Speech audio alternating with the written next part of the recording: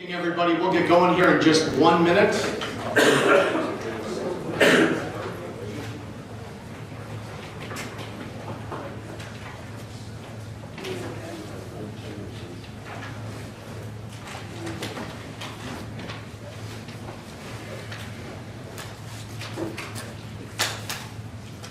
Okay, again, good evening everybody. I just want to welcome, we have a few of our elected officials here. I see the Chief Judge, the Coroner, and the Sheriff. Thank you for joining us this evening. I will call the meeting to order. I do not believe we have any agenda changes or speakers this evening. With that, I will ask the clerk to please call the roll. Mr. Biondo? Present. Mr. Booker? Present. Mr. Boomer? Here. Mrs. Crosby? Here. Mr. Fellers? Here. Mr. Fiducia? Here. Mr. Girl? Present. Mrs. Gora? Mr. Hoffman? Present. Mr. Jury? Present. Mr. Kelly? Mr. McDonald? Present. Mr. Nicolosi? Here. Mrs. Red? Present. Mr. Salgado? Present. Mr. Schultz? Here. Mr. Tassoni? Present. Mr. Webster? Here. Mr. Westcott? Present. Mr. Wilson? Mr. Wilson? Present. He's here. 19 present, 1 absent. Thank you very much, Clerk McCall. With that, I will turn things over to Mr. Schultz and ask everybody to stand for the prayer and pledge. Mr. Schultz. Blessed be the God and Father of our Lord Jesus Christ. According to his great mercy, he has caused us to be born again to a living hope through the resurrection of Jesus Christ from the dead. God, I thank you that you have resolved the big things, the largest matters. I thank you that you have resolved for us our eternal destiny, that you have provided a way for us to have a living hope because of your great mercy.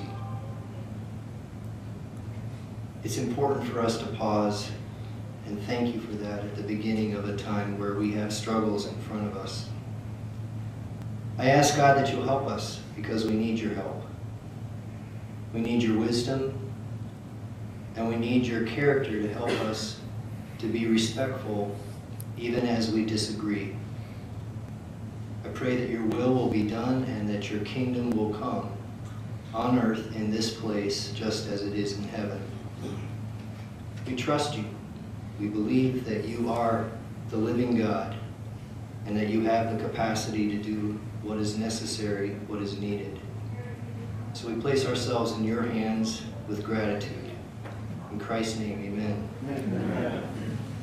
Pledge allegiance to the flag of the United States of America and to the republic for which it stands, one nation, under God, indivisible, with liberty and justice for all.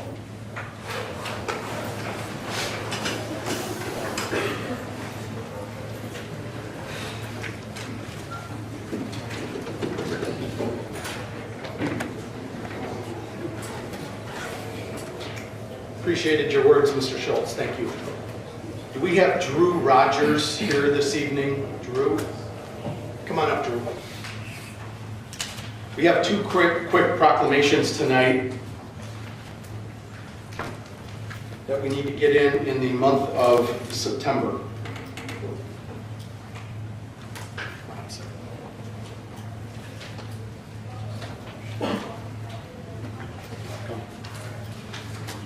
My friend Drew is joining us for National Suicide Prevention Awareness Month, whereas September is known around the United States as National Suicide Prevention Awareness Month and is intended to help promote awareness surrounding each of the suicide prevention resources available to us and our community.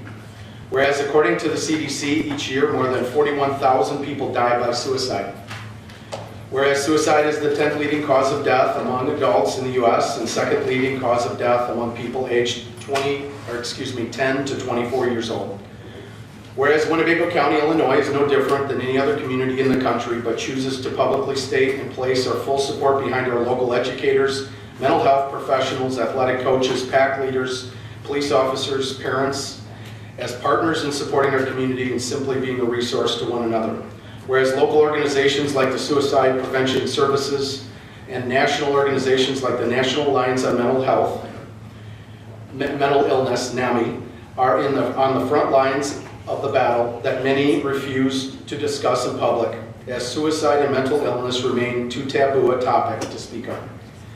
Whereas I encourage all residents to take the time to inquire as to the well-being of their friends and family and neighbors over the next few days, and to genuinely convey their appreciation for their existence by any gesture they deem appropriate.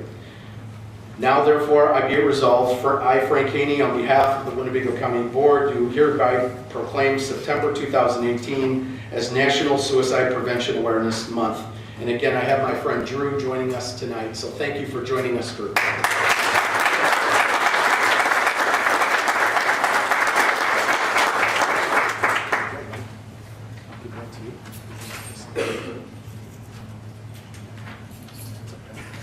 Drew's a man of few words. Okay? Thank you. Thank you again, Drew.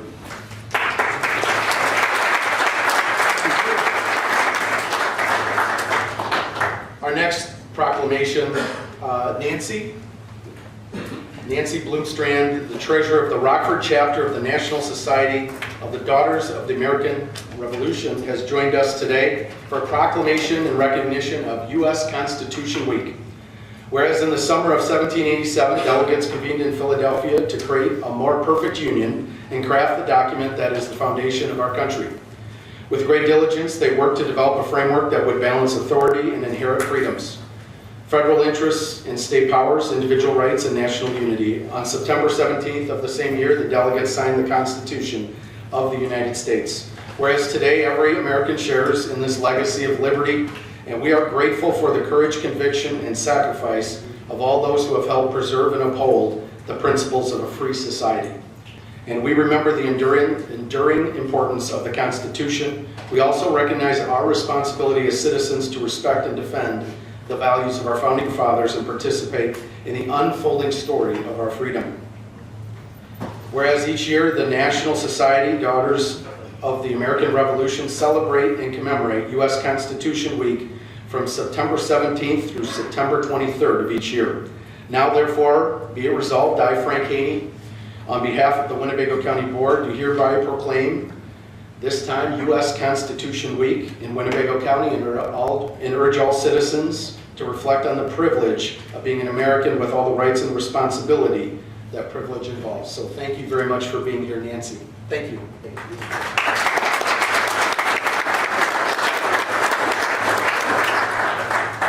On behalf of the Daughters of the American Revolution, I thank the county board for this proclamation. And since I know you are anxious to get to the budget, I won't say it'll be. Thank you very much. I appreciate it.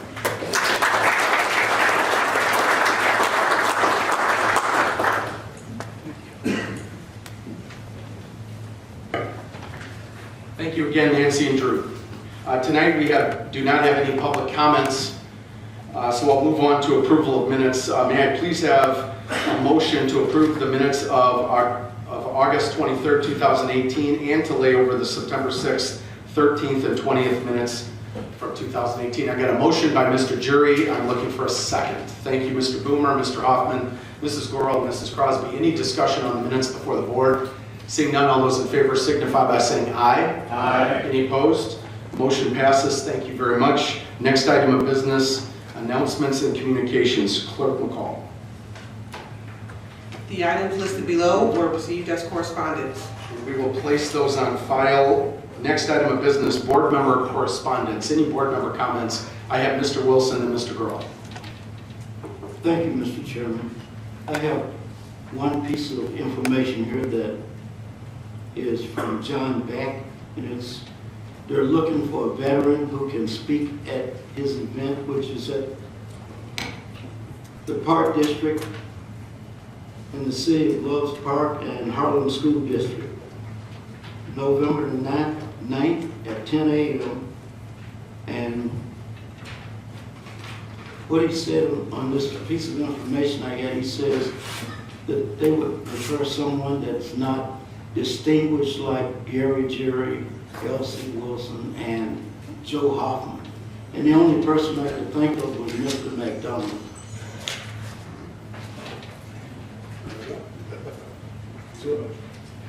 So if you will contact them, whether you wish to do that or not, I think the rest of us would appreciate it. Thank you. Thank you, Mr. Wilson. Any other board member comments? Mr. Kelly, good to see you. Mr. Grohl. Thank you, Chairman. I know the budget is near and we have a little time left, but some board members, if you haven't used up your $1,000 that is sitting around, I have $500 left, and I'm going to pledge mine to the Westgate Coalition.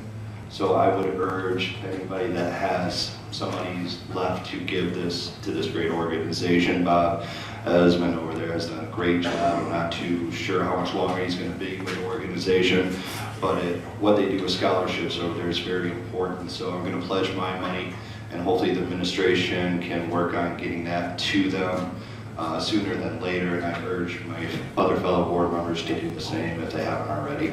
Thank you. Thank you, Mr. Grohl. Carla, you had a follow-up on that? We'll ask that you submit your written request, and we'll pay those in October, go to the Economic Development Committee and ask that those come out of reserves since they weren't spent before the end of the fiscal year.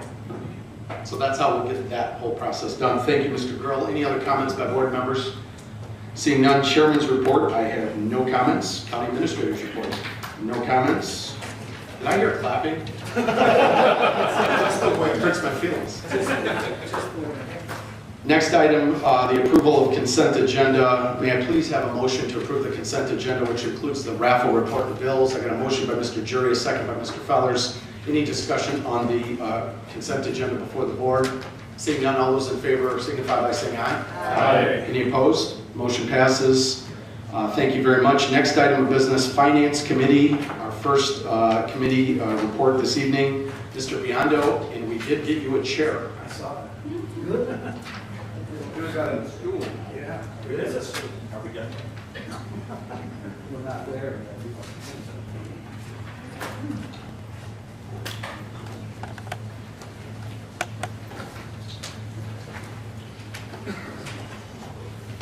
I'll only use a different drag zone.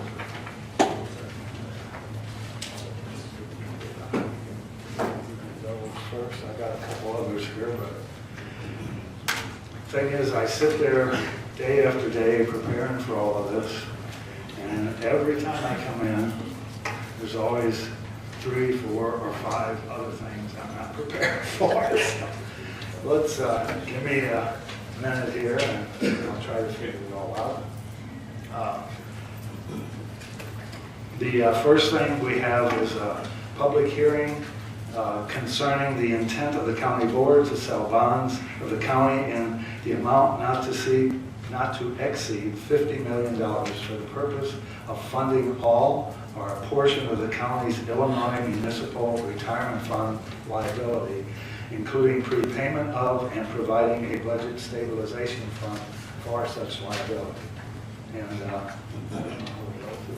Thank you, Mr. Biondo. I'm going to go to Carla here for a little bit of context, and she can tee this up. Okay, I'll ask that Kyle Harding from Chapman and Cutler, who is our bond counsel, come up and lead us through this.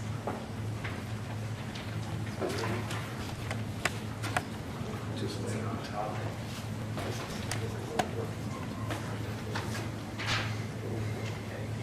Mr. Chairman, members of the board, appreciate the opportunity to be in front of you again.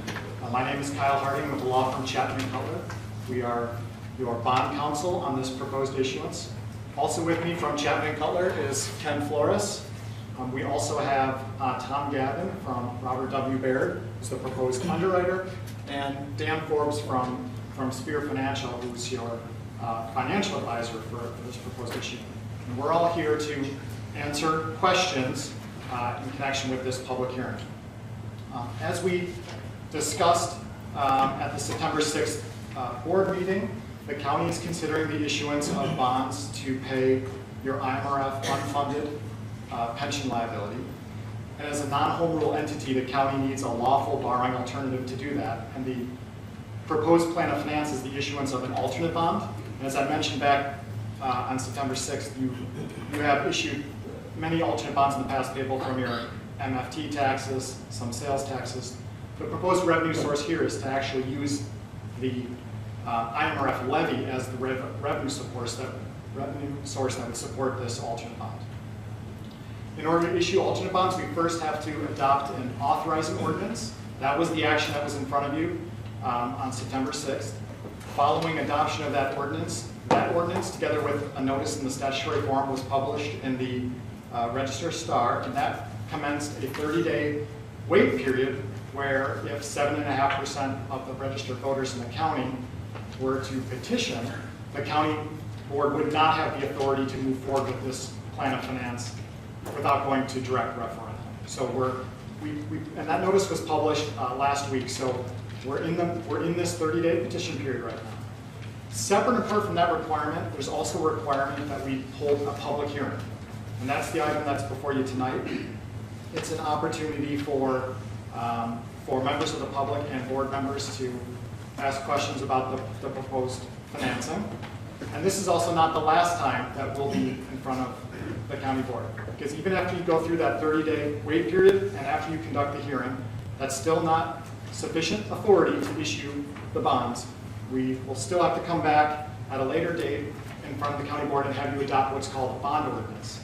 That bond ordinance will actually set forth parameters for the actual issuance of the bonds. So this is the second of the two necessary conditions in order to issue the bonds.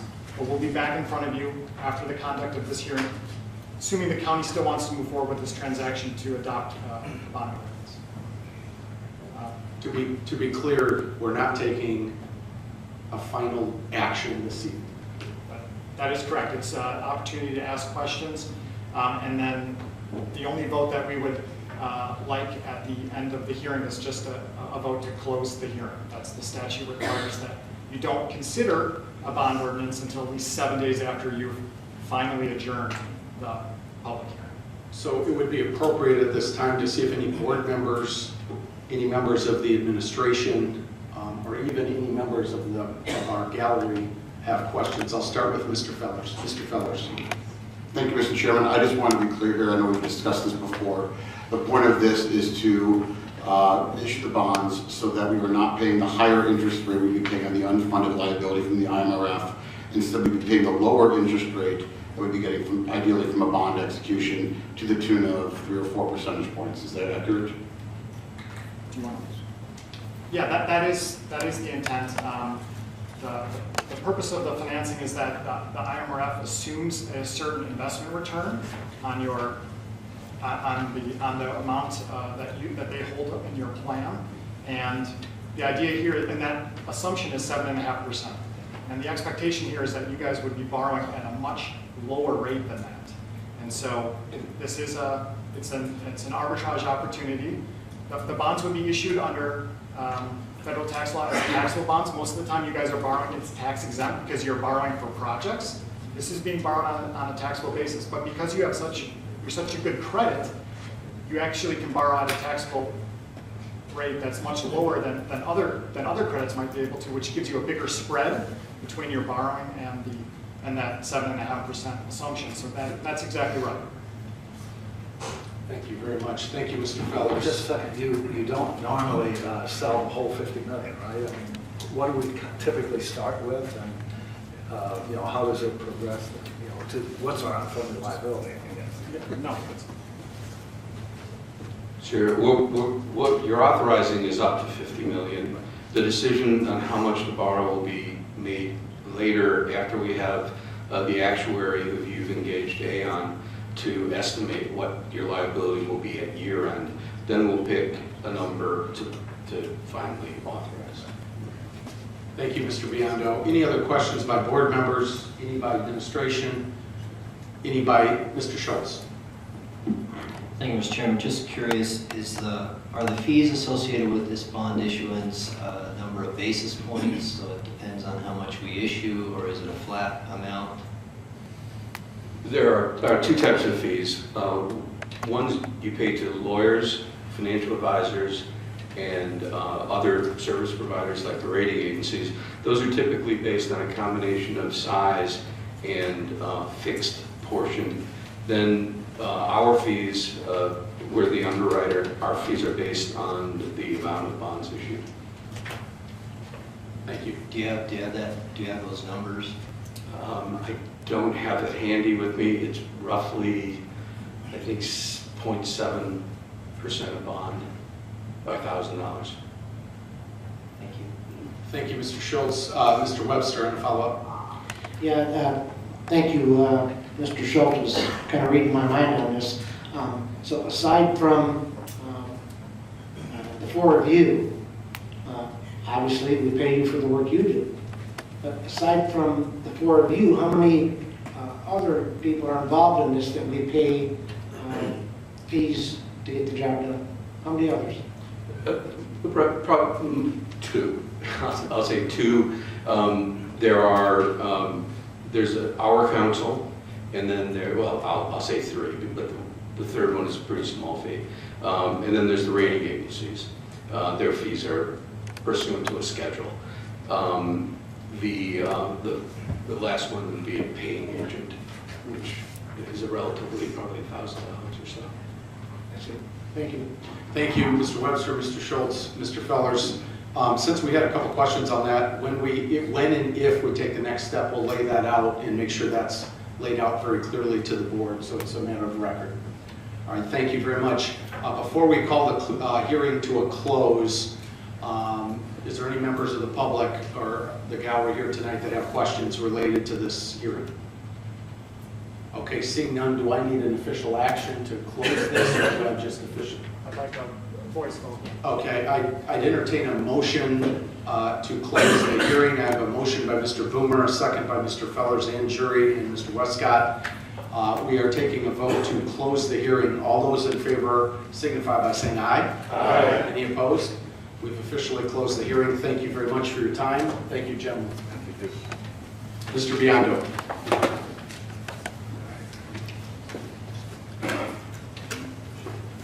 Thank you, Mr. Chairman.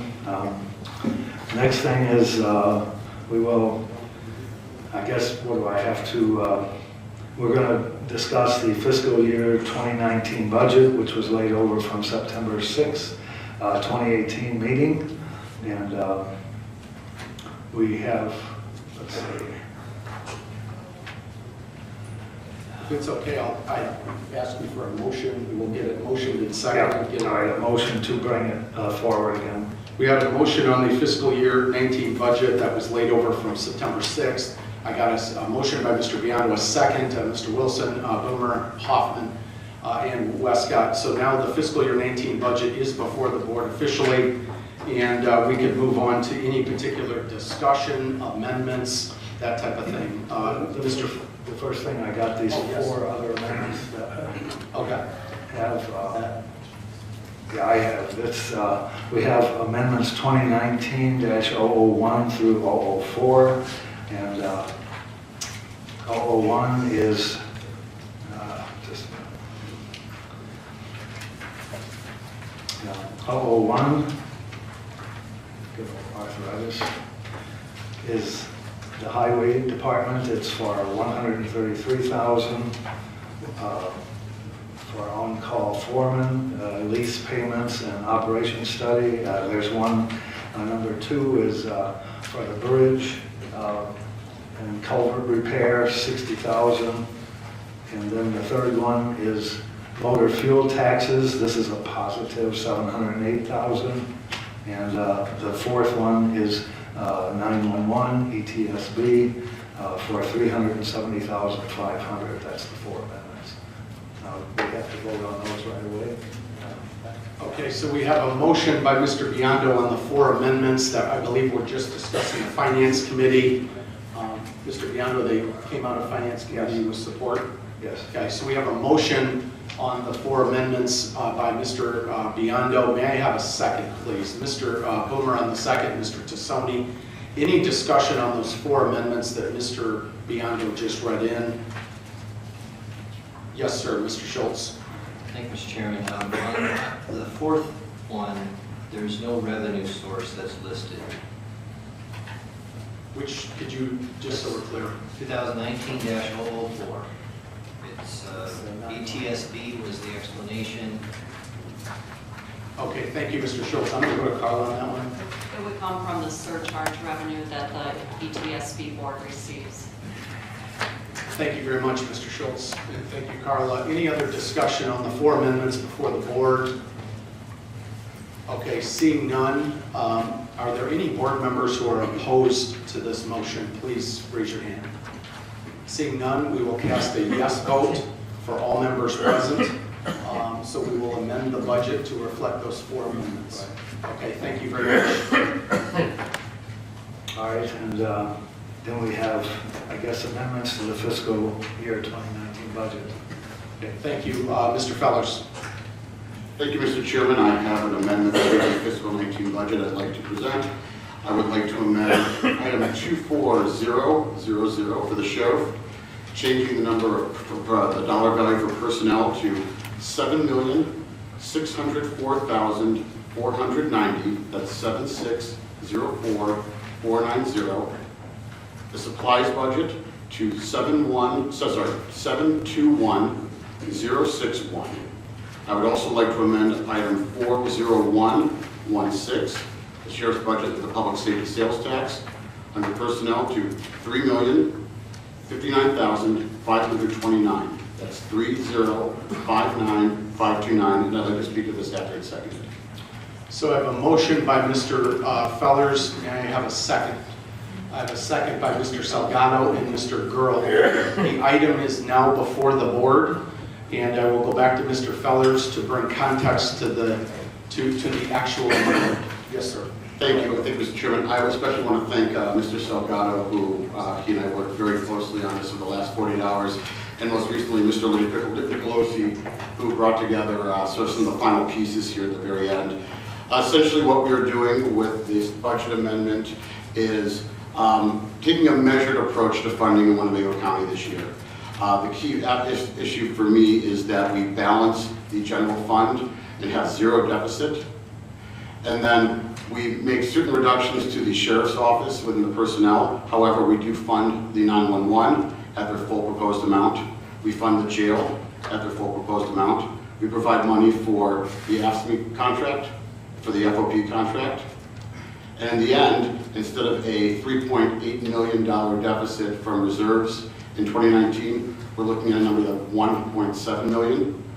These are cuts that we feel are sustainable from the Sheriff's Department, especially as they relate to our discussion from Monday, in which we outlined 8 points of efficiency opportunities in which we think that we can find additional monies. I'd like to read those in right now for the record. We are asking this year the sheriff to submit monthly report outs to the Public Safety Committee, to continue to pursue the courthouse security transition from full-time employees to part-time employees, to complete the prisoner transportation review and report out for transporting prisoners between the Justice Center and the courts, the work release review and report, a long-term solution to 911, to maintaining our 911 staffing at 25 employees, to have a minimum jail staffing of 159 corrections officers, and finally, execution of our lean process study, which we hear should come any day, any day now. We think that these items will cover the cut to the budget that totals around $1.4 million, and that by the end of the fiscal year that we will find these additional savings and be much closer to the point where in 2019 we have a smaller gap to cover, and we can work towards not just balancing our general fund, but also balancing the public safety sales tax fund. Thank you.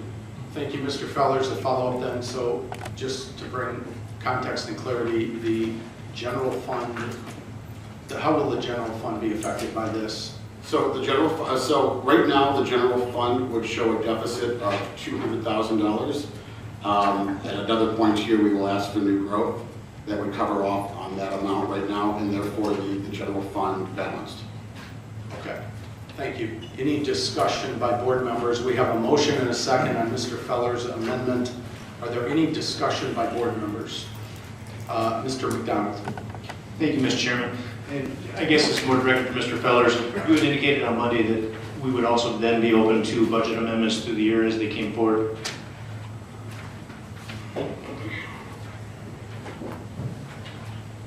Thank you, Mr. McDonald. Thank you, Mr. McDonald. Yes, that is correct. I mean, this is part of a two-way street here. I think that we've had, frankly, some trust issues between the board and the Sheriff's Department this year. This is the first step towards alleviating those.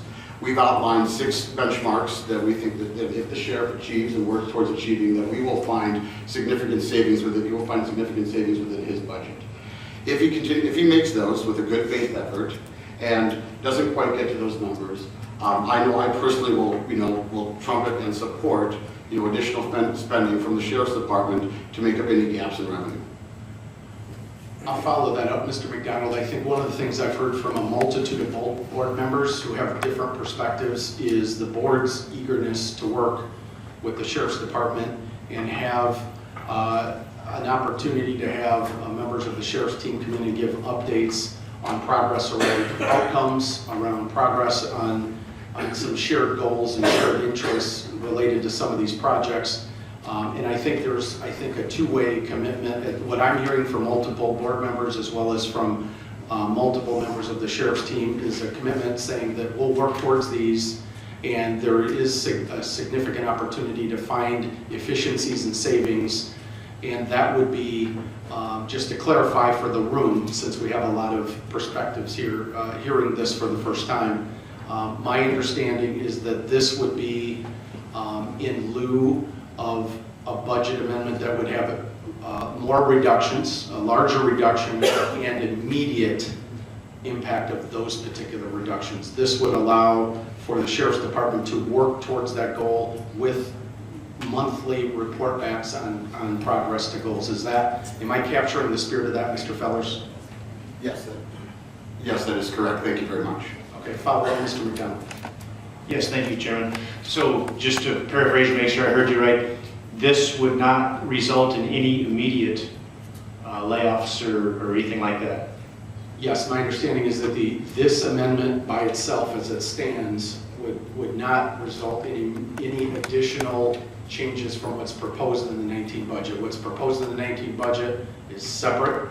This amendment by itself, if adopted into the official budget, would not change what the sheriff would or wouldn't do day one. That's his prerogative. The thing that we'd be asking is that the sheriff work towards that goal aggressively with us, collaboratively with us, and then we report back to each other on progress towards those goals.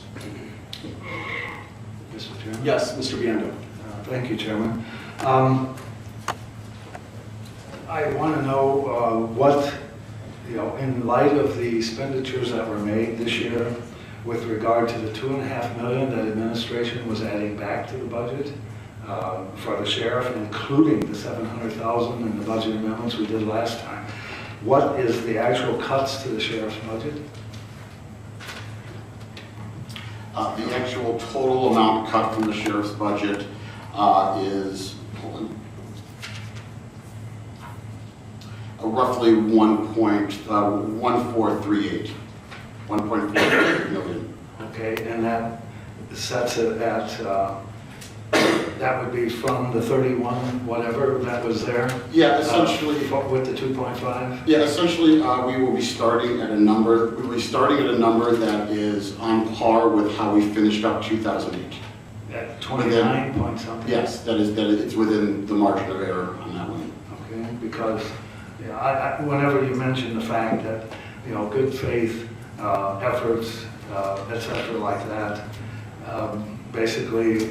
Neither of the plans that I've heard thus far, the sheriff doesn't have to honor any of that, and he didn't last time. We cut 4.3 million.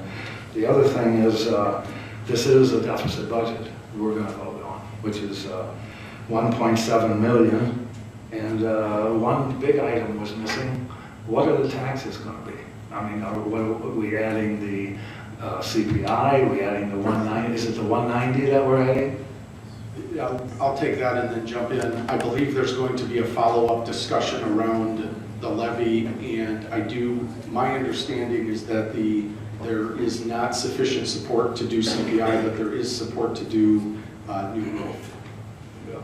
I would also point out that the board at any point is not without options.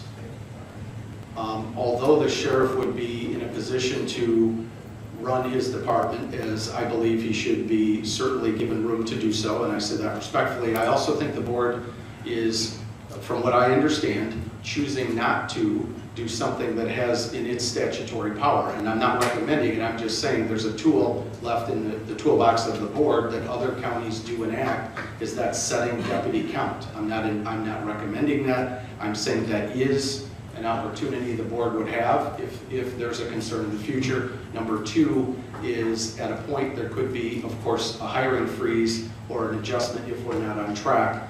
And I think those are always discussions that we could have, but I would go back to the commitment of a restart and a reset on October 1st and working towards, I think, some opportunities to find efficiencies. But the thing is, though, we still, once this budget is approved tonight, then doesn't that automatically cap the count of the deputies? Because wouldn't that be similar if somewhere down the road, I know the ordinance or the statute doesn't limit us as to which time that would occur, but does that not, would that not be a problem caused by the fact that we're taking away something?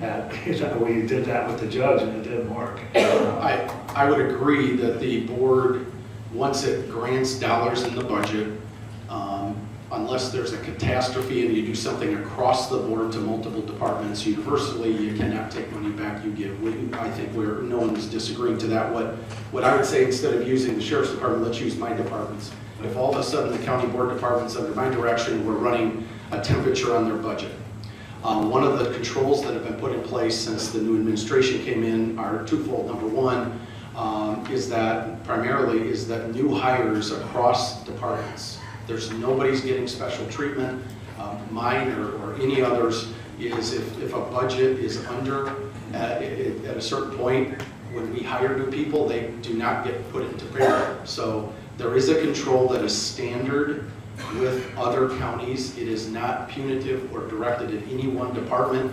Myself, the coroner, the state's attorney, any department is, if you're running over your budget, then you would not be allowed to process a new hire if somebody would leave. So there is a way to get there if there's an issue, but I would go back to the larger point of, I think we're going to work there in a very proactive way. But, okay, the problem is that I see is the fact that it is a deficit budget. We're taking out of reserves for the 15th consecutive year. And the fact that, the term, we'll just have to punt the ball another year.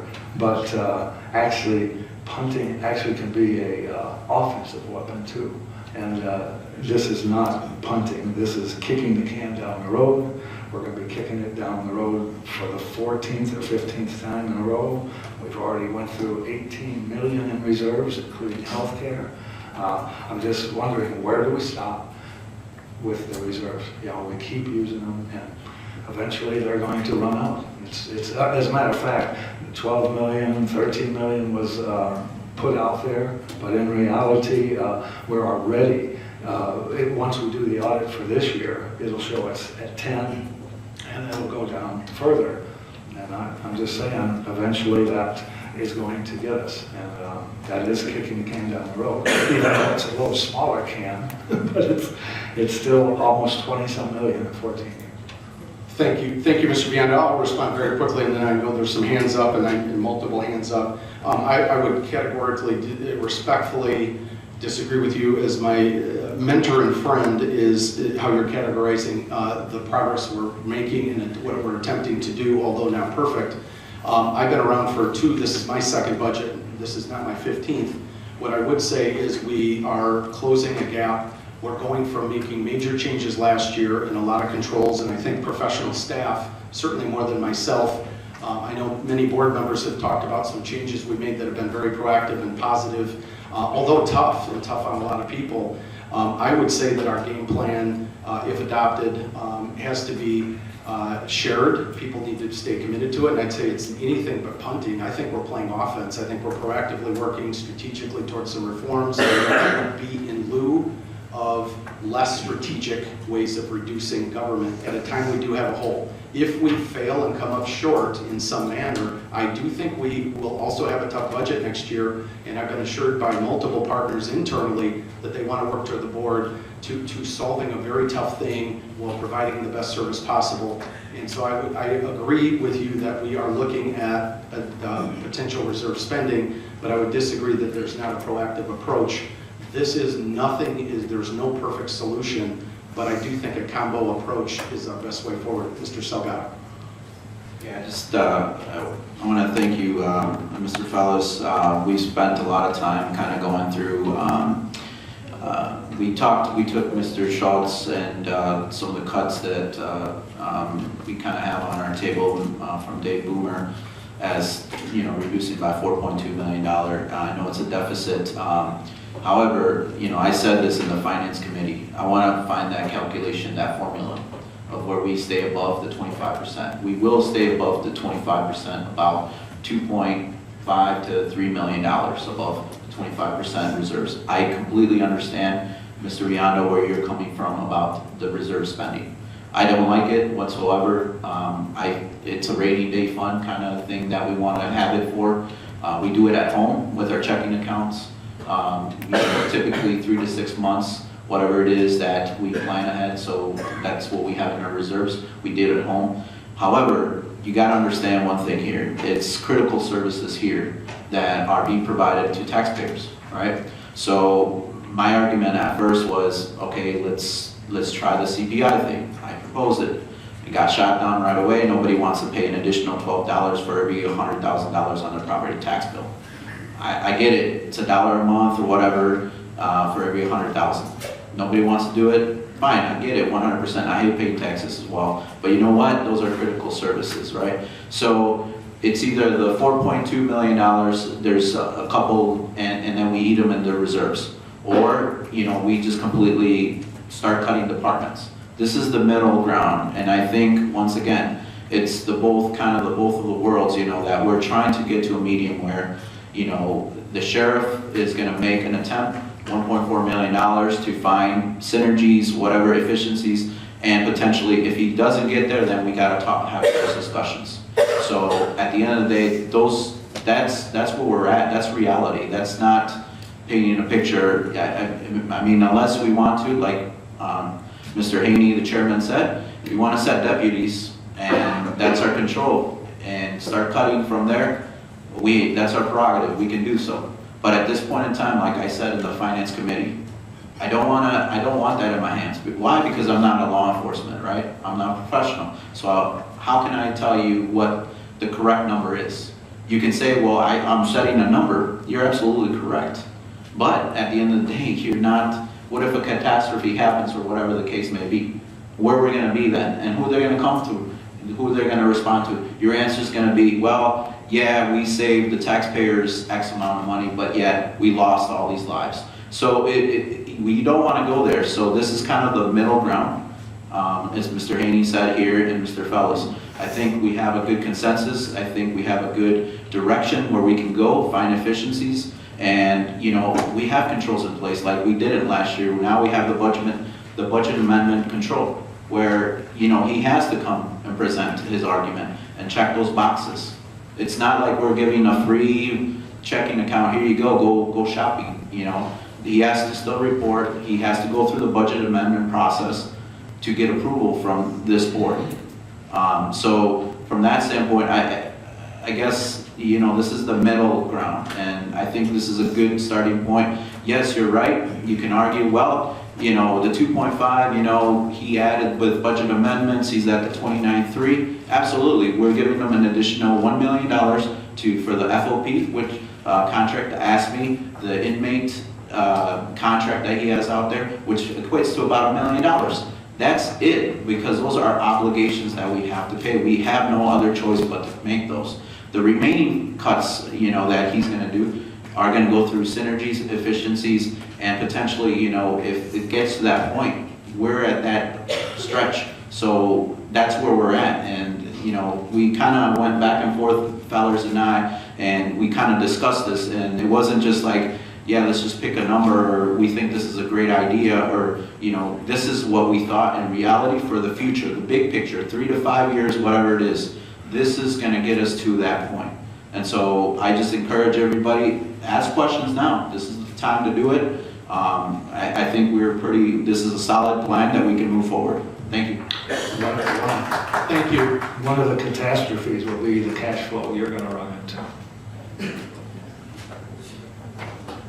I did have a couple other hands up. Mr. Boomer.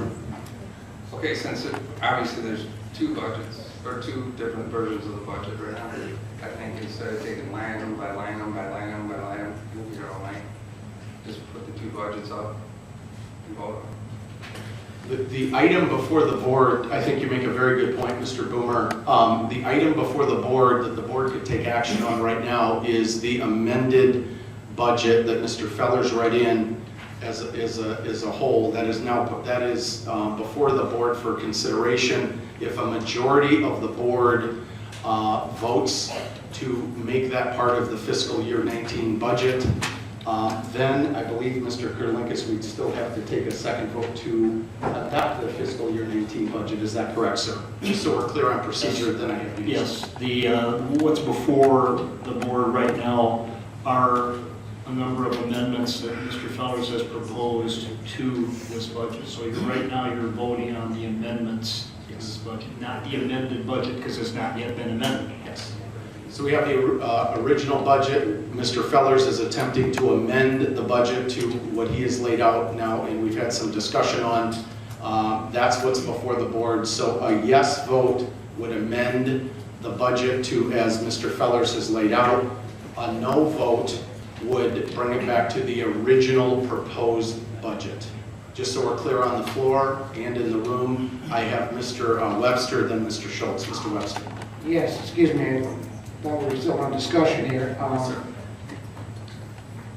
spoke very briefly last night with Mr. Fellers and Mr. Segato after a zoning meeting. And one of the biggest problems I had with the plan there, as I explained to you last night, first of all, you want to have this quarterly review, and every quarter we're going to be looking at new budget amendments. And so, right now, we don't have the money to give to the Sheriff's Department now the way that you wanted to. What in the world makes you think that 3 months down the road from now, we're going to have more money to give to them, and then 6 months, and then 9 months again? Where's this money going to come from, for one thing? And secondly, we will be going through this same struggle, except it'll be quarterly as opposed to annually. And we'll be rumbling about this every 3 months. And I just don't think that that's the wisest thing to be doing. And then the other thing is, sooner or later, you already alluded to it, you're going to want to raise taxes. I went on record a month or so ago, said I will absolutely not support that. I know that some of you thought it would be a good idea to do that. I understand that. The voters won't remember you giving money to the sheriff. What they will remember is you raised their taxes, I can tell you that. And then I found kind of curious in a way there that a couple of weeks ago Mr. Fellers was all about looking into the future and saying that we can't count on monies being there because we can't take a big hit. We have to preserve these reserve funds. And so I just think it was rather odd to go on the opposite tack. Thank you, Mr. Webster. I'll make a quick point about your first point about the report outs. I think we're confusing issues. One, I don't know if there'll be even one budget amendment or if there'll be 800 budget amendments brought forward from any department, including the Sheriff's Department. A monthly report out through a variety of our Public Safety Committee on outcomes and service and operational level updates, I think will be very healthy, context building, and also not exclusive to any one department. I think there's a great opportunity to build awareness around progress, challenges, opportunities across a lot of our departments, not just public safety. On the finance side, actually, the discussions around forecasting year-to-date, where we're making progress, where we're struggling across a multitude of departments, and in particular, our biggest department. It's a monthly report out where we can have questions, push out any issues, and then go back and do more work as needed. That does not, I don't want that to be confused with a budget amendment.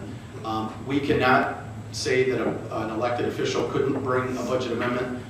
We cannot prevent our coroner from bringing a budget amendment, but then it's up to the board with a supermajority vote to consider that. So I just want to make sure we're clear on those two items.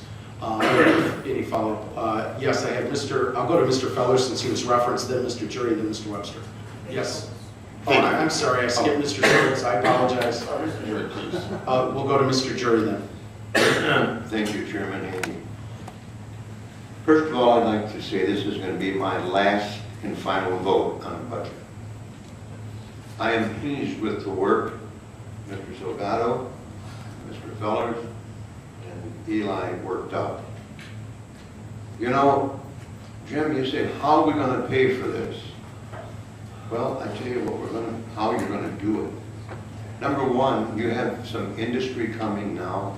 Bremer Foods, that's going to create jobs.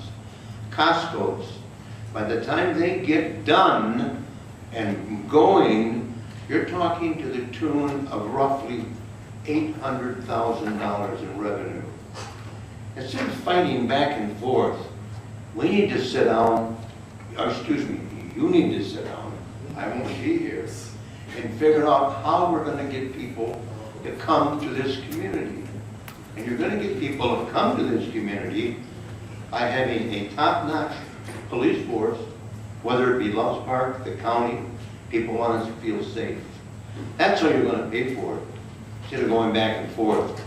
Let's work on the community and make people want to come here. That's how you do it. Thank you. Mr. Drake. One thing I'll ask, and I believe me, I am guilty of this myself. Let's make sure when we address each other, it's Mr. or Mrs. I was wrong on it. That's 1.5 million. Thank you, Mr. Jury. We'll go on to our next person that had their hand up, and if I go out of order, I apologize to the board. Mr. Fellers. Thank you. Thank you, Mr. Chairman. And Mr. Webster, you're not wrong from our discussion from yesterday.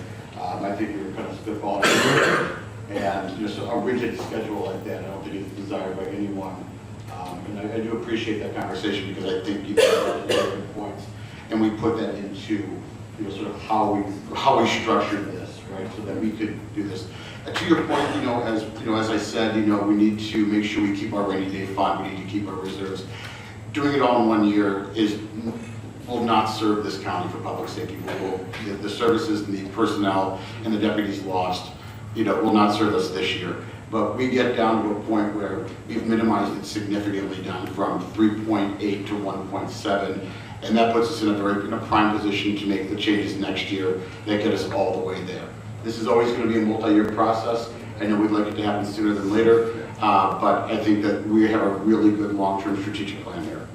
Thank you. And Mr. Schultz, I apologize. I went out of order there. Mr. Schultz. Thank you, Mr. Chairman. Just a few things. I heard Mr. McDonald ask a question about whether the sheriff was going to have a cut, something along those lines, and was that going to be added back later? And the answer was something like, the sheriff's not going to have to cut, it's going to be added back, we can add it back. And then I heard Mr. Boomer say, well, we have two budgets in front of us besides the original chairman's budget. Can we have those both in front of us and take them for a vote? And I guess what I don't want to be missed in that is what you have regarding what I had put in front of the board in writing via email and at our meeting some weeks ago is in a format that you can read, that is in a budget format that is comparative to the chairman's budget with specific line item amendments.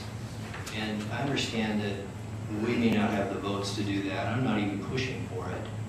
But even with the previous administration where I had significant disagreements, they came and gave us the amendments in writing so that we all had it. No, Mr. Fellers, if you're only giving it to me, that doesn't satisfy the issue. We all need to have it in a form where we can compare what the budget that was given to us in this very big book is with the numbers in totality, not one piece at a time. So for example, I heard referenced, well, once we pass this, then we're going to talk about new growth. And so that's going to come subsequent. That is not an appropriate or an orderly fashion to deal with this. So my request number one is everybody needs to have this in writing. And my request number two is don't fragment this. Don't take it piecemeal, because I'm going to get lost and confused. And I believe others will likely get lost and confused. So we need to see the entire package. We need to vote on it as an entire package and not do it piecemeal, please. So related to Robert's rules is the motion that was made by Mr. Fellers is what we can consider, because there was a motion made and a second and it's before the board. The one point on the levy I want to go to Carlo on is that is a separate piece. I just want to make sure I'm doing justice to this conversation, so I want clarity. As the proposed budget, the levy stands where, just so we're clear? Just so we're clear on the Proposed levy. budget? Yes. The levies as it was last year in total. Okay. So as it's proposed right now, the levy is held flat year over year. That's what's in the budget before the board. Yes, Mr. Webster. Yes, I wanted to respond to a comment that you made there when you were correcting me about the difference between quarterly reports and amendments. Clearly, I know what the difference is. I've been around here a good number of years, so I don't need to be schooled on the difference there. Thank you. What was said, though, and what was said at the joint caucus meeting was, after quarterly reports, we will look at the requested amendments. That's what was spoken of at the caucus. And when I asked that question about where are we going to get the money from in the future, there was not an answer saying that we're going to have Bremer Foods come to town or Costco come to town. Those are what ifs. That's a wish list that we may or may not get the revenues that they're looking for. You know, clearly, we don't know how much that will bring. We don't know if those businesses will come to fruition or if they'll fold before they ever open. We don't know that. Thank you. The item before the board is the amendment by Mr. Fellers that has been motioned and seconded and is before the board. I do, and I want to be very respectful, Mr. Webster. I appreciate your comments. I meant no disrespect at all. I just want to make sure the room was clear on the difference, but I do appreciate your comments. One thing I would just say is I think we could engage in, regardless of what budget we adopt or discuss or what's before the board, is we could engage in predictions or speculation about future economic development, future revenue possibilities. I understand that, but I would say the item before the board is very specific to Mr. Feller's amendments. Was there another hand up before I go back to Mr. Jury a second time? I think I had Mr. McDonald. Thank you, Mr. Chairman. I just want to be clear, Mr. Fellers, is there any type of a property tax increase in yours, be it new CPI levy? Is there any type of increase in your amendment? In the amendment right now, there is no increase in CPI, no increase in new growth. I will ask for the new growth increase at a later point, whether that's appropriate today or whether it's appropriate at the next board meeting. And those do go into my calculations to the tune of $190,000. But I am not asking for CPI within this. I have a point of clarification. I'm going to go to Carla very quickly. You will have to decide on the levy tonight. You cannot do it next meeting. That's the rest of this, mess. We got that, Mr. Biondo. Thank you. Mr. McDonald. Any no follow-ups? The item before I'll go to Mrs. Red, and I will ask for everybody's work here and attention. One person will have the floor at a time. I have Mrs. Red before I go back to anybody a second time. Mrs. Red. Thank you, Chairman. This piece of paper is a little hard for me to read. Can we take a few minutes and let someone put it in the way it should be and bring it back to us? Thank you, Mrs. Red. Mr. Salgado. All right, let me break it down for you. Right. Yeah. Do we have something that we can write on that? So I can, let me just talk to it, right? We're at 4.3 deficit, right? Simple math, 4.3 million deficit. We're taking the 200,000, right? New growth as, which it's a 190, but I'm rounding it up just to make it simple. So 4.1. So we're at 4.1 deficit there. Then we're asking the sheriff from his budget 1.4 reduction, right? Brings us down to about 2.7. And then we're giving back, the 1 million transfer for those things. We get down to a $1.7 million deficit, which will come out of the reserves. That's essentially where we come to that $1.7 million deficit, which will come into the reserves. What was the 1 million again? That second last thing? The transfers from the general fund to the PST. To what? To the PST, So I'll go to Carla for clarification. But that wouldn't reduce the overall deficit. That would just shift between the two funds. That would not reduce the overall deficit.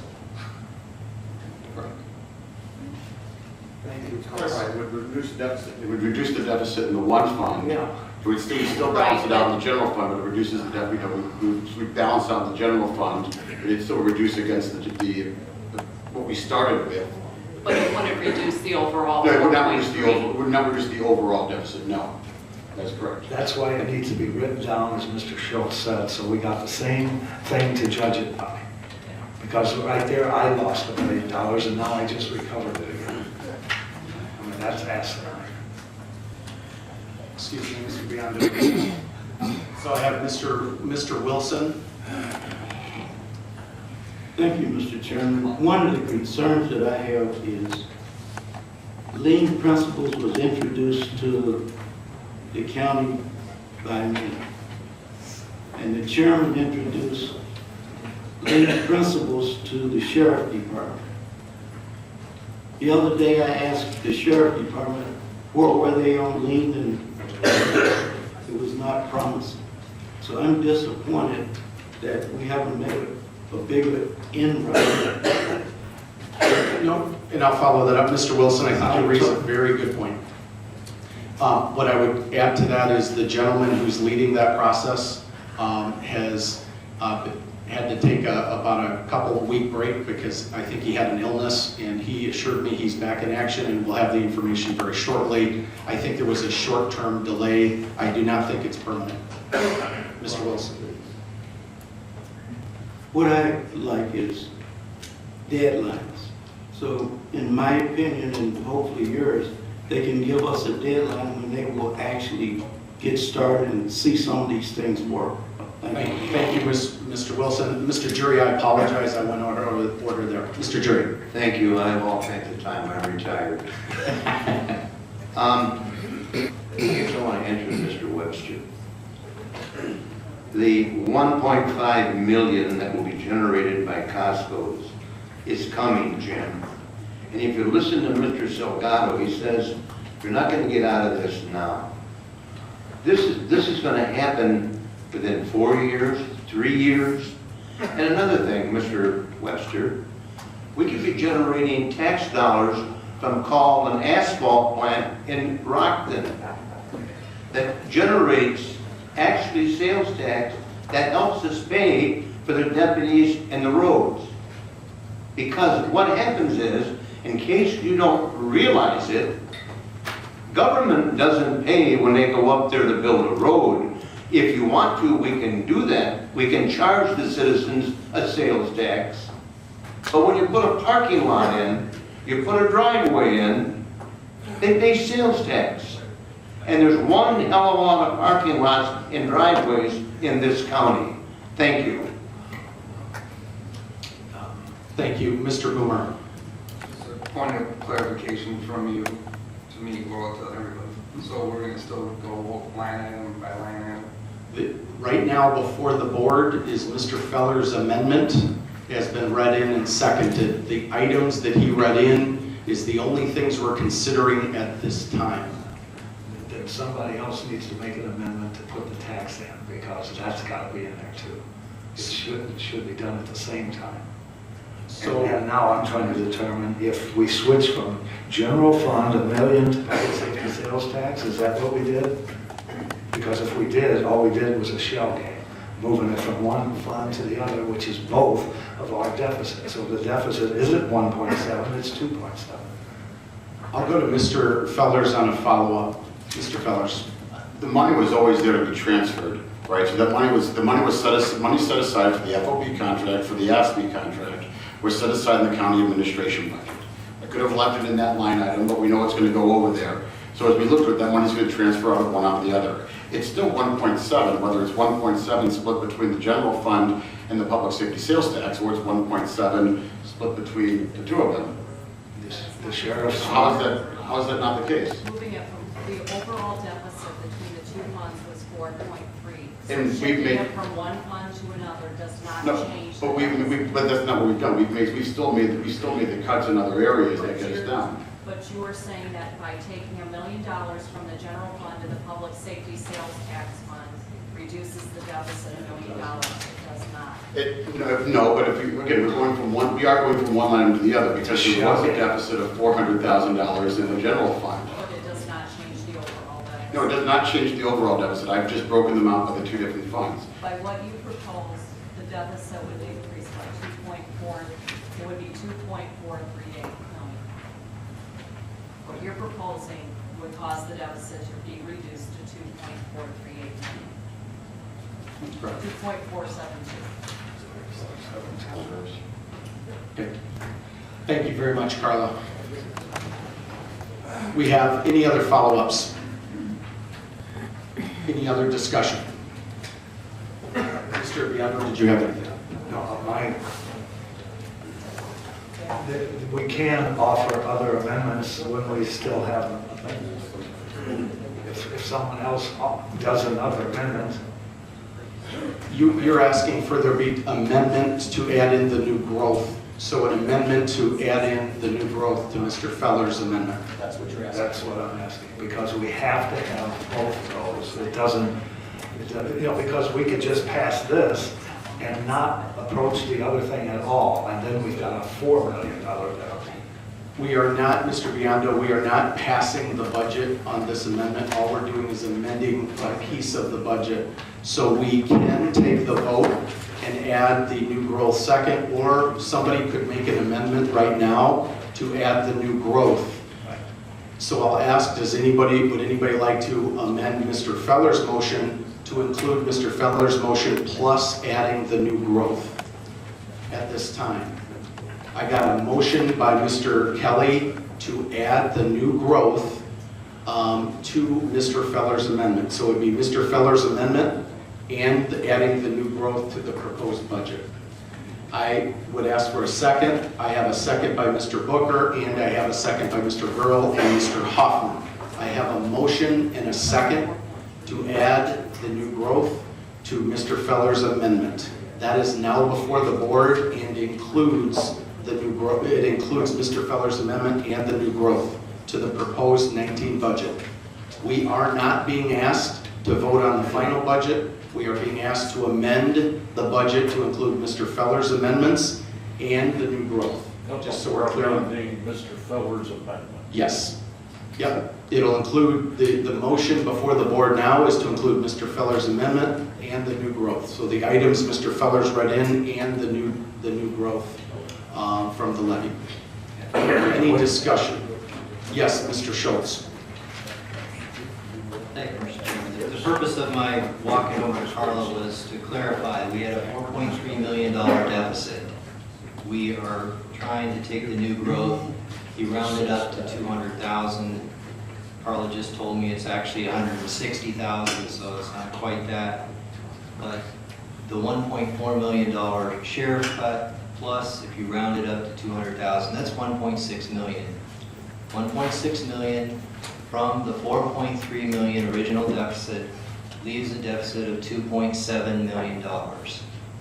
So at least we understand, and Carla agreed, that it's a vote on a $2.7 million deficit. Thank you.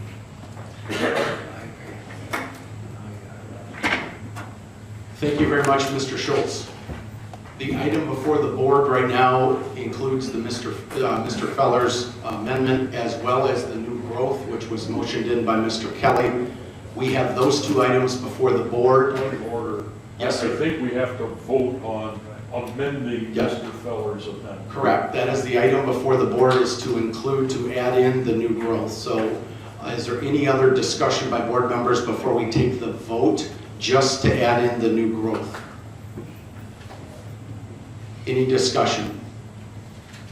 So right now we have a motion, and a yes vote would be to amend the budget to include Mr. Feller's amendment and the new growth. That would put them together and put that before the board. A yes vote would make that into basically one package. A no vote would go back to Mr. Feller's original amendment. Are we clear on that? A yes vote would include the new growth as well as Mr. Feller's amendment. Seeing none, are there any board members that are opposed to the motion to add in the new growth? We have Mr. McDonald, Mrs. Gorel. We'll ask for a roll call on this motion. Thank you.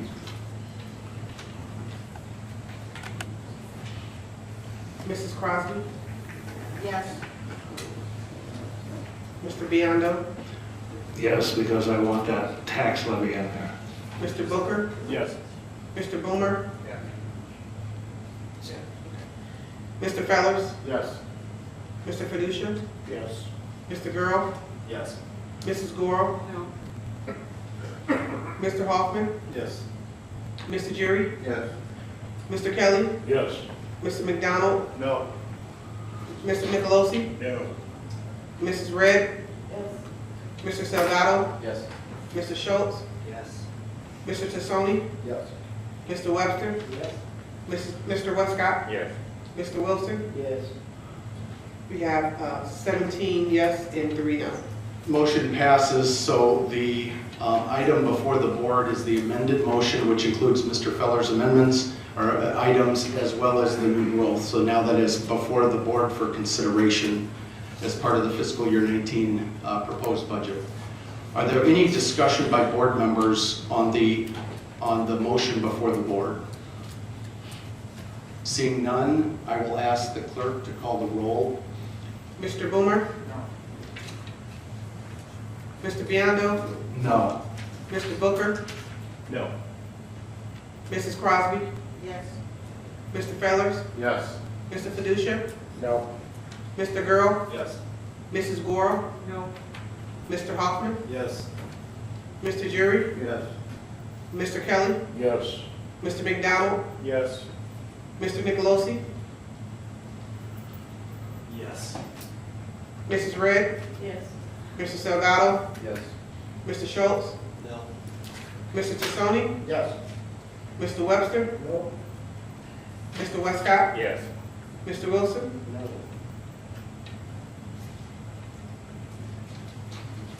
8 no. 12 yes. Okay, motion passes. Well, it wasn't my handful. Thank you very much. Okay.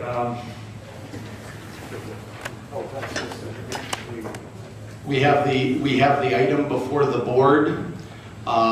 Yes, Mr. Schultz. I'd like to get my budget amendment on the table, and I'd request a second to that as a motion. We have a motion by Mr. Schultz. Just could we read that in for the record, Mr. Schultz? Is that okay? You all have a copy of this because it was provided.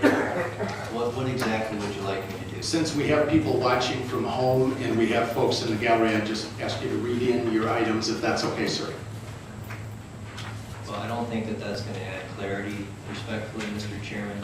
And when we have budget amendments in front of us, respectfully, sir, we do not go through them line by line item for the people. So you prefer not to read it in. We have a motion by Mr. Schultz. May I have a second? A second by Mr. Boomer. Any discussion on the item before the board? The motion and second by Mr. Schultz and Mr. Boomer is to amend the budget to reflect Mr. Schultz's amendment, which I do know was discussed at previous meetings. Any discussion on that motion to amend the budget to Mr. Schultz's budget? Yes, Mr. Schultz. Thank you, Mr. Chairman. I appreciate the opportunity to speak to this. You understand that this is not a new position for me to say that we need a balanced budget, that is necessary and important for our future. Whatever problems we don't solve today, we will push into the future, but they will become larger because we will not only add inflation to whatever the deficit is, the $2.7 million, we will add contract increases, we will add the other things that naturally go up from year to year. But in addition to that, we will have $2.7 million less available to us in our reserves to handle those additional problems that we carry forward into next year. We also have had conversation around the fact that this is our heyday in the economy. Things are going exceptionally well and we're grateful for it. But if we dip further into our reserves, we're even less prepared to deal with the problems when they do come in our economy. We are not solving a problem that is right in front of us.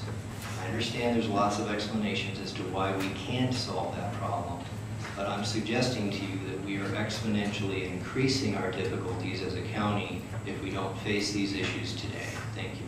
Thank you, Mr. Schultz. Any other comments on Mr. Schultz's amended motion, which is before the board for consideration? Mrs. Squirrel. Thank you, Chairman. I have to go along with Mr. Schultz. From the beginning, his plan has made more sense than any of these others. This keeps us from having to go into our reserves. Believe it or not, people, how many of you have a savings account? And if you do, how many times do you dip into that savings account because, oh, I need this and I need that, or I have to have this. In the meantime, it all dwindles down to nothing, and one day you wake up and you're absolutely broke and wonder where it all went. Mr. Schultz is the only one that has had enough common sense, and that's all what his program is plain common sense of how we can keep from going into further debt and using up our reserves and what we have right now. I will be supporting Mr. Schultz all through this. Thank you. Thank you, Mrs. Gorel. And before I have Mr. Salgado, then Mr. Hoffman. And just so we're clear, a yes vote when we take it is to amend the budget to reflect Mr. Schultz's amendments. Mr. Salgado. Yes, I said it from the beginning. I respect Mr. Schultz, his plan that he was laid out. No discredit to Mr. Schultz and what he said. Like I said, I agree with Mr. Biondo on the reserves. He talks about, how much do we save the county with not taking the CPI, $20 million, whatever it is that we lost, that potential savings. So there's two ends to this, right? And so we have to think futuristically, right? We didn't do it back then. It's time now. We have a clean slate. This is where, I just didn't say, well, I'm going to give the sheriff or I'm going to give more spending ability. It's no, we have controls in place. We want to hold people accountable. And this is the middle ground. And so I cannot support Mr. Schultz's plan because if we do that, we make the cuts and it's going to go to departments. And it's one of those critical departments that, it's going to get cut. We did it just think about what we did last. We said $4.3 million, right? What happened? He slashed 911. And what do you expect? It's a department that is needed, right? For emergencies. Then, went to the correctional officers. So, I don't know what the clear answer is. All I can say is that we're to a point where at least we're talking, we're communicating, We have a couple platforms that we can go through, potentially savings. Is it as Mr. Haney said, is it the magic bullet that's gonna save everything, or that's gonna cause us to, you know, come to fruition and we'll all be happy about it? Probably not, you know, but it's an attempt to do the right thing. Keep in mind, this is taxpayers' money too. They deserve the services that they pay for. We keep forgetting about that, you know, and so once again, I do not disagree with Mr. Biondo or Mr. Schultz, because I'm a big proponent of it. I'm a big proponent of having those reserves. At this point in juncture, we're at a critical point where I think I'm very optimistic. This is why I try to push the CPI, not because they're going to say, oh, well, you're a Democrat or you like taxes. I don't like taxes, right? But it's the right time to do so. That was my $1 million that would have got us to closer to the 1.8 that Mr. Fellers was talking about, right? Nobody wants to take the risk. I get it. It's $12 a year. It's $1 a month. I get it. I understand. We're fed up with taxes. We don't want increases. But at the same time, it's that or cut critical services. So no disrespect to Mr. Schultz's plan and to Mr. Biondo wanting to cut and make sure and hold the line and hold everybody accountable. But we're at the middle here. And this is a good approach, hopefully, you know, because we don't know what could happen tomorrow. Maybe someone wins the lottery and donates everything to the county. I don't know. Could happen, right? Anything can happen. But at the end of the day, this is the best alternative that we have with Mr. Fellers. So no disrespect to Mr. Schultz or anyone in the room that's saying we don't care about public safety. We don't. Everybody does. But the problem is that we have, if we take those cuts, it's going to the critical services that the taxpayers pay day in and day out. That's all I gotta say. Thank you. Thank you very much. I appreciate Mr. Schultz's comments. This whole thing's been haunting me here for some time as well. One of the mistakes I think we made last year as a group, as a county, was if you voted to cut a particular budget, it was suggested that you were against public safety. And in some cases, we had board members who have supported a lot of investment in public safety for a long time and were concerned about some structural issues with the budget. I think it's also fair to say, and conversely, that if you're for some reserve spending, that doesn't mean you've lost sight of the long term. And if you're for us, balancing the service, I think this is a tough balance point, and I do understand that we all want to get to a certain point. I think we can get there through hard work this year, and we may have some more tough work next year. But I do think we may differ in how we get there, and I respect that. And I've been challenged by somebody who's been in public service since I was a kid, and Mr. Biondo. He's made me a lot better, and it's very hard because about 98% of the time I agree with everything he says. Sometimes there's a disagreement on the path, but we do need to get there, and that is the best way to serve the community. So I do respect that. There was other hands up, and I apologize. I got Mr. Girl, then Mr. Boomer, and then I think I'm going to Mr. Hoffman. Well, I'm very sorry, I'm out of sequence on Mr. Girl. Thank you, Chairman. I'll yield my time to Mr. Hoffman. Taking care of your guy, Mr. Hoffman. Sorry about that. Thank you, Chairman, and thank you, Mr. Girdle. I will be your proxy for your cup tickets. Okay. I want to start off by saying I also appreciate Mr. Schultz, and last year in his budget, I mean, I was with him all the way, and I think what we did, we tried to get it done, it didn't work out. So I think this year, even though I still agree with Mr. Schultz on 99% of what he says, I think we have to take a different approach to it. As far as Ms. Girl's reference to savings accounts, all I know is if something breaks in my house and I need to fix it, I go to my savings account and I get the money out. And when I can put money back in, I do. So that would go along with what Mr. Jury said about putting money back into our economy, back into our county. So I don't think we ignore our problems just because we don't want to go into our savings account. I think we have to be cautious. I think we have to follow through. And what I like about this particular item is that we put markers in there that have to be accomplished to go on and if the sheriff needs further amendments during the year. So I think overall, it's a new approach. I think we need to try it, and last year's didn't work so well, so we have to try something different. Thank you. I think other hands up. Mr. Boomer's okay. Mr. Girl, go back to you then, sir. Thank you, Chairman. I just want to point out a few things that you have said, and you hit right on the button, that this is a middle ground with Feller's plan. It's not the perfect plan, but it gets us to where we need to be, not immediately, but in the future, and that's what we need to look at. At a time in our county where we should be investing in public safety, whether it be in the courts, the jails, the road, everywhere, we need to do that now. We have the city of Rockford that is investing heavily in crime protection. They are behind their chief 100%. I'm not saying that you have to agree with the sheriff, or even if he will be sheriff in the future, but we have to provide the tools that the sheriff needs to combat crime and keep us safe. Our number one priority in this county should be public safety. Economic development should be second. Economic development will not rid us of crimes, but if we combat crime, it will help with economic development. So you can't have both, but we have to do something now.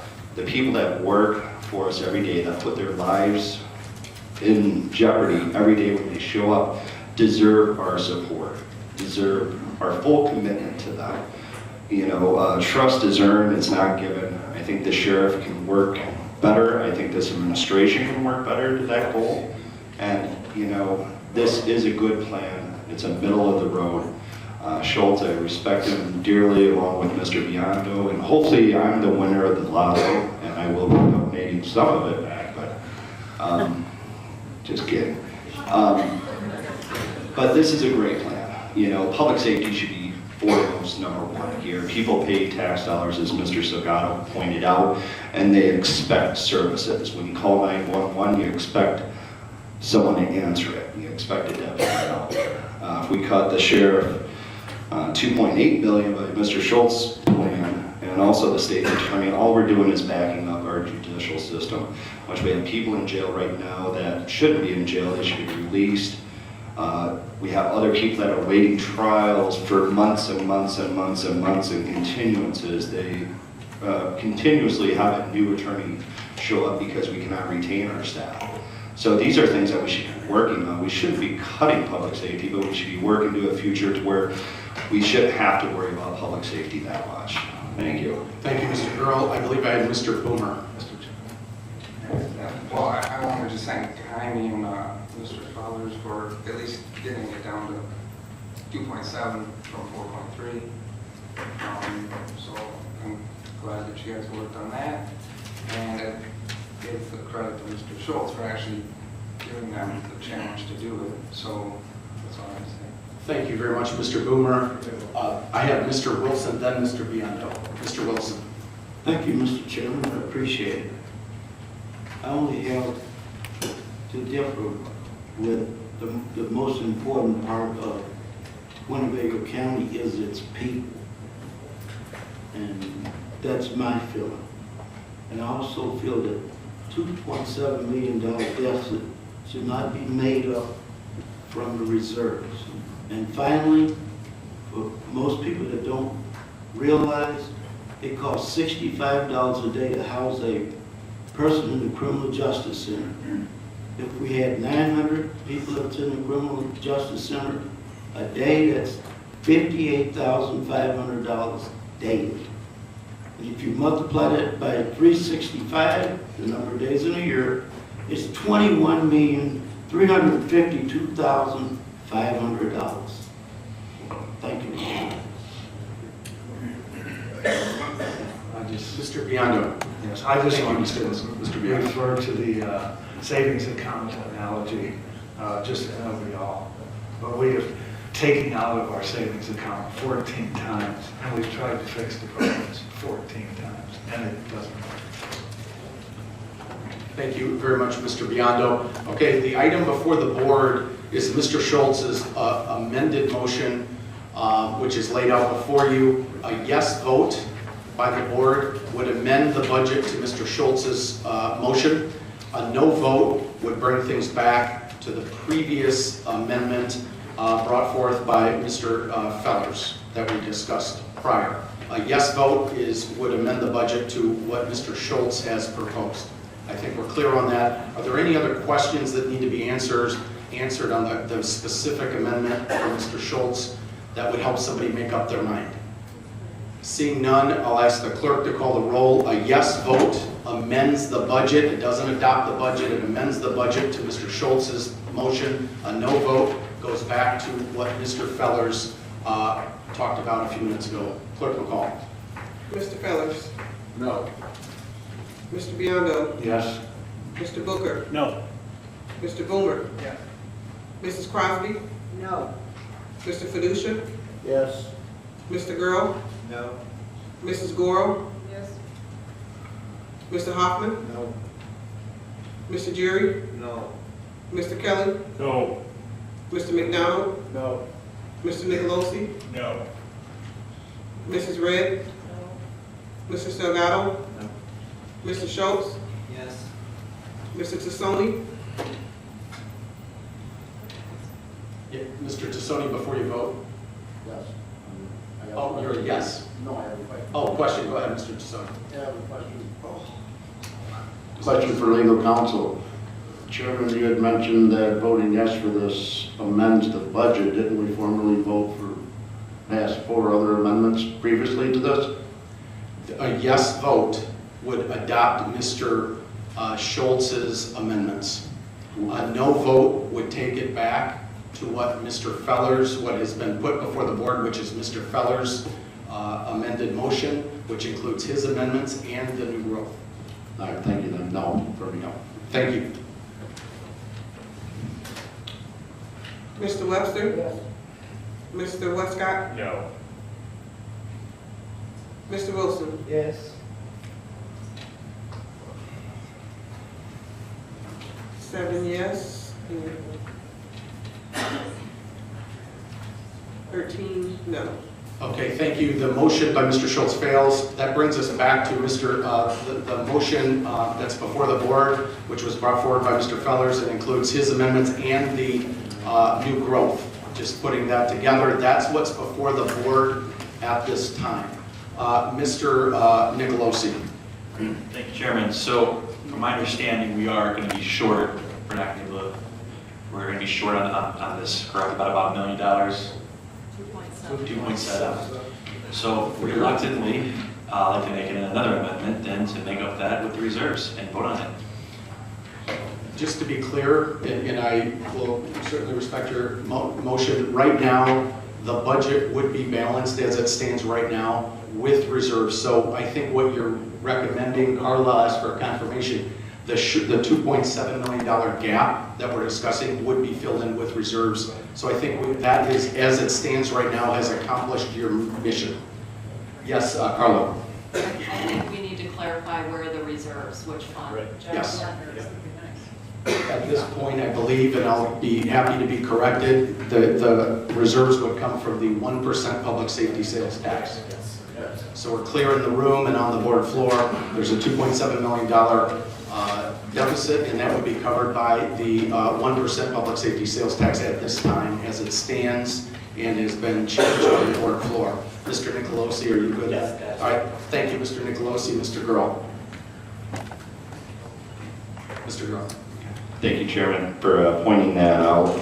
People pay into that public safety sales tax fund, and they expect that money to be used for public safety, and this is exactly what it does. And this isn't, we're not going to spend that fund down. I think the board realizes that our bond payment for the jail does come out of that. So we have to make sure that our funds are available come February when that is due. So as Mr. Salgado pointed out, this would still keep us above the 25% threshold. I believe, would it? I don't believe that the 1% fund Not based on the not in the 1% fund. right, but overall. Carla, I'm going to go to you with the microphone, please. But our policy addresses 25% in each fund, so we will have it in the general fund, but not in the public safety sales tax fund. Thank you, Carla. Any other comments by board members? The motion before the board, as it stands right now, Mr. Schultz's motion failed, so before the board is what was discussed before that. Mrs. Squirrel. Thank you. Carla, how will that affect our bonds that we pay out of the 1% sales tax? It won't affect any bonds that are currently issued. When we go to issue new debt, I would anticipate our bond rating will go down. Thank you. Thank you very much, Mrs. Squirrel. Are there any other amendments that anyone would like to bring forward before we take a vote? Seeing none, a yes vote would adopt the fiscal year 19 budget as amended. A no vote would not.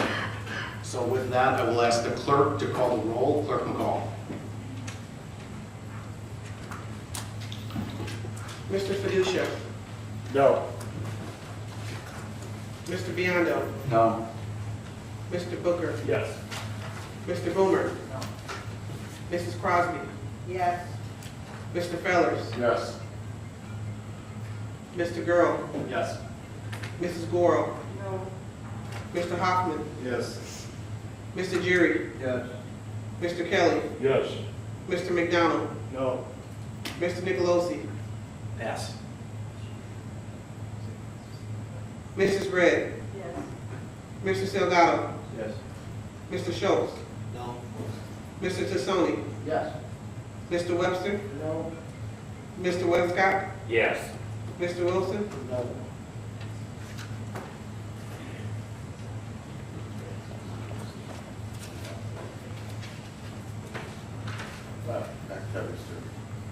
Okay, we have Mr. Nicolosi? No.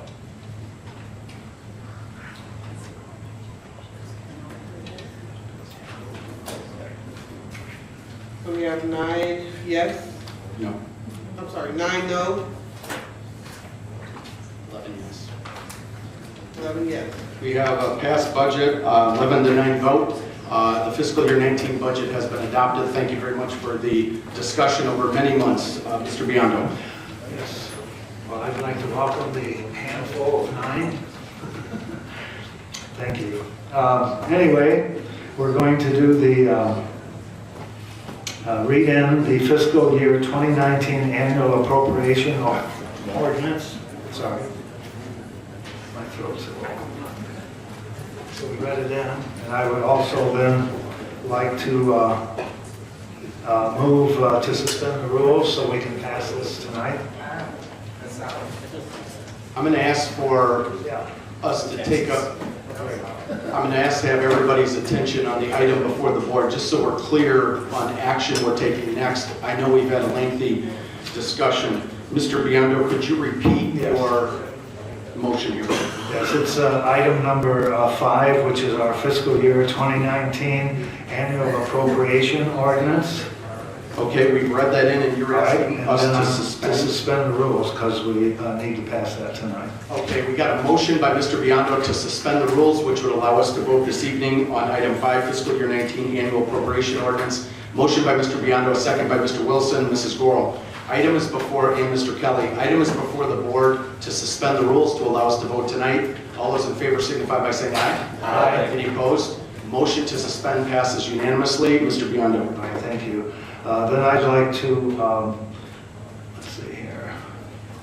I'd like to do the tax levies, the general fund, county.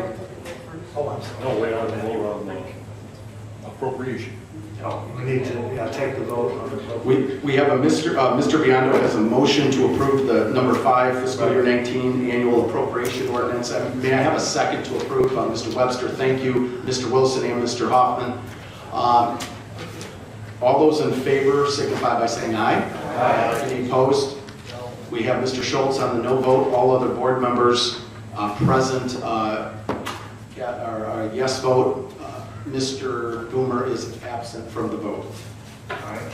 And Mr. so is Mr. Boomer. Westcott. So is Mr. Westcott, sorry.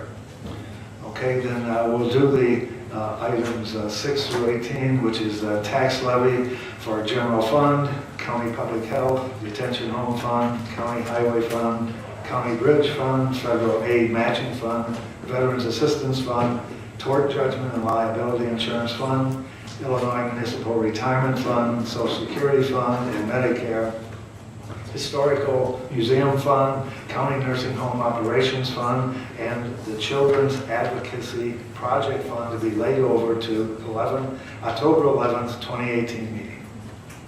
We've read those in. Thank you very much, Mr. Biondo. Thank you. And thank you very much for providing the chair. Well, appreciate it. Thank you, Mr. Biondo. Appreciate all your help through this long process. Mr. Webster, Zoning Committee. It's so long, you forgot my name. Can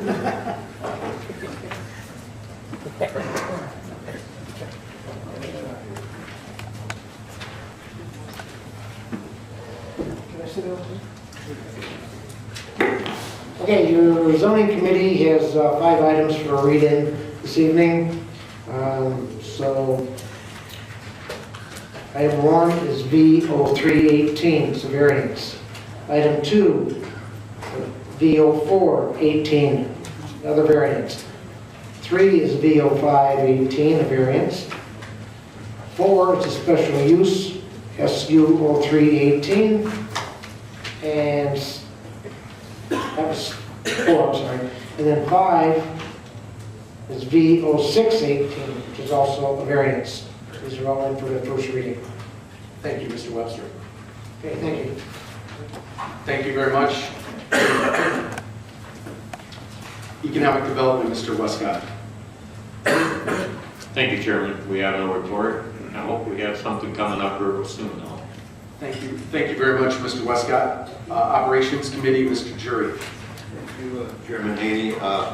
We have no report this evening. However, we will be bringing in 2 reports before the end of November. One will be the cell phone usage, and the other will be automobile usage. Just a note, we will be getting to save money on both of them. Thank you. Thank you very much, Mr. Jury. Public Works Committee, Mr. Kelly. No report. Thank you very much, Mr. Fiducia, Public Safety Committee. No report. Thank you very much. Any unfinished business? Any new business? That I'll take it, entertain a motion to adjourn. Mr. Fellers, second. Mr. Wilson, Boomer, Jury. All those in favor signify by saying aye. Aye. Any opposed? Have a good night. Thank you very much.